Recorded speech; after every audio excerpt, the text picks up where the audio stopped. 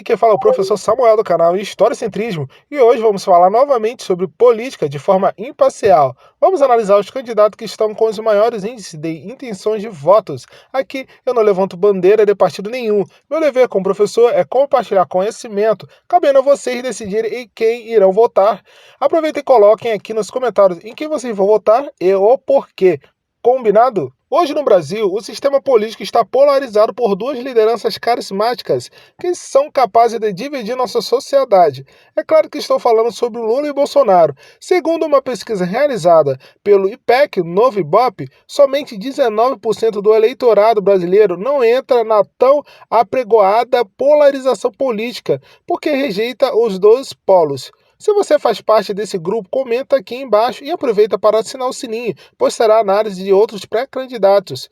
E os 20% que sobraram se trata de uma parte minoritária que está indecisa. Diz que não conhece o suficiente os candidatos para se decidir. Não conhecia, porque após esse vídeo você estará apto para tomar sua decisão. Considere se inscrever no canal, já que o projeto é muito novo e toda ajuda será muito bem-vinda. Aproveita e ativa o sininho das notificações para não perder nenhum conteúdo. Aqui tratamos sobre história, política e atualidade. Vamos lá! Vamos começar pelo ex-presidente Luiz Inácio Lula da Silva. Foi o primeiro ex-operário a se tornar presidente do Brasil. Governou o país em 2 mandatos, 2003 até 2006 e de 2007 até 2010. Antes disso, Lula candidatou-se para a presidência do Brasil nos ciclos eleitorais realizados em 1989, 1994 e 1998 e foi derrotado por Fernando Collor e Fernando Henrique Cardoso, este por 2 vezes. O governo de Lula ficou marcado por ser um período de intenso crescimento econômico do Brasil, mas teve sua credibilidade abalada por escândalos de corrupção como o Mensalão e o Lava Jato. O governo Lula continuou a política econômica do seu antecessor, o presidente Fernando Henrique Cardoso. O objetivo era manter a inflação controlada e o real estável, sendo a prioridade do governo. Lula também contou com um cenário exterior favorável, quando a China e a Índia começaram a crescer e abrir seus mercados e consumir mais. Isto gerou um aumento de exportação de matérias-primas brasileiras. Igualmente, quando a crise econômica começou em 2008 nos Estados Unidos e na Europa, o Brasil não foi tão atingido. O governo diminuiu certos impostos, como o imposto sobre produtos industrializados, que tributa sobre os eletrodomésticos, por exemplo. Assim, as indústrias não repassaram um aumento para o consumidor, fazendo com que o mercado interno ajudasse a manter a economia brasileira estável. Por causa desta crise e do bom momento que atravessava a economia brasileira, empresários e trabalhadores estrangeiros começaram a vir ao Brasil para investir e tentar a vida por aqui. Nesse período, também foram realizados os Jogos Pan-Americanos 2007, com vistas a conquistar o direito de sediar os Jogos Olímpicos. O Brasil conseguiu ter aprovado sua candidatura para realizar a Copa do Mundo em 2010, os Jogos Militares em 2011, os Jogos Mundiais dos Povos Indígenas em 2015 e as Olimpíadas e Paralimpíadas de 2016. Fatores que contribuíram para projetar a imagem de um Brasil próspero e estável no exterior. Lula e os programas sociais. Através da Lei 10.836, de 9 de janeiro de 2004, o programa Bolsa Família foi oficialmente criado. Na educação, o acesso das camadas mais pobres da população ao ensino superior foi ampliado através do sistema de cotas sociais e raciais, adotado por 20 universidades federais de 14 estados.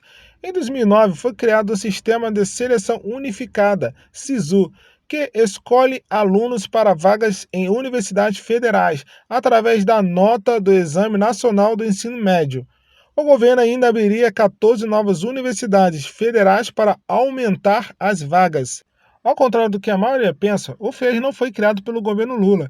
Ele existe desde 1999 e é um programa sucessor do chamado Crédito Educativo, que foi criado no governo do Ernesto, em 1976.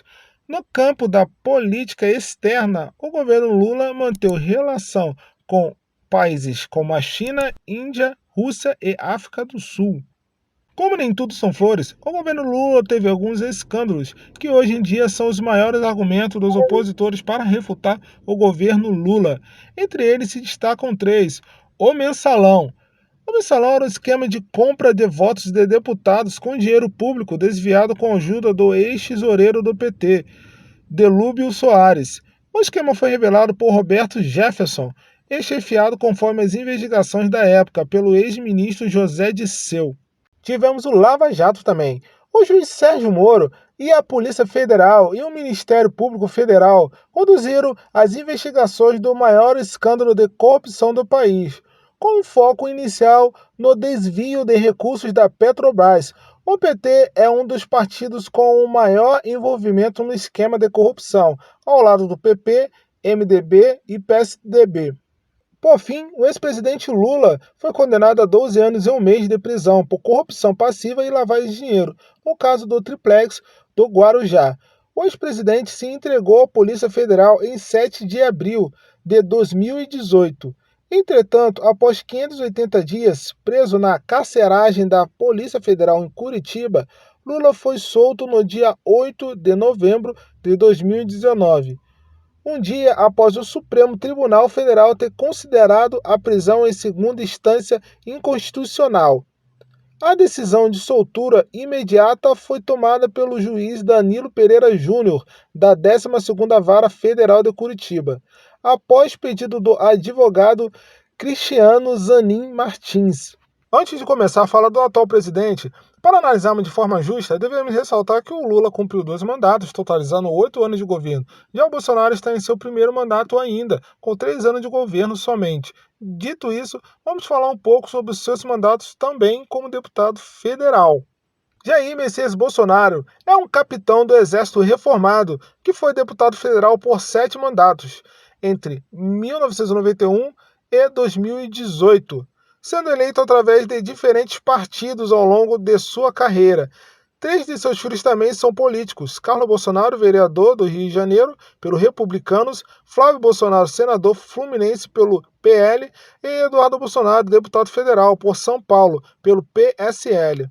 Quando chegou a Brasília em 1991, seu foco era atender aos interesses dos militares, sua primeira base eleitoral. Porém, ele ampliou suas propostas para a área de segurança pública.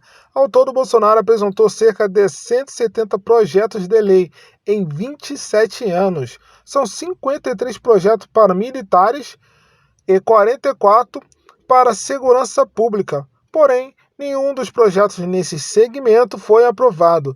Apenas 3 projetos foram ligados a temas econômicos. 10 na área da saúde e na área da educação teve somente uma proposta. O deputado teve apenas 2 projetos aprovados, um que estendia o benefício de isenção do imposto sobre produto industrializado, para bens de informática, por exemplo, e o outro que autorizava o uso da chamada pílula do câncer.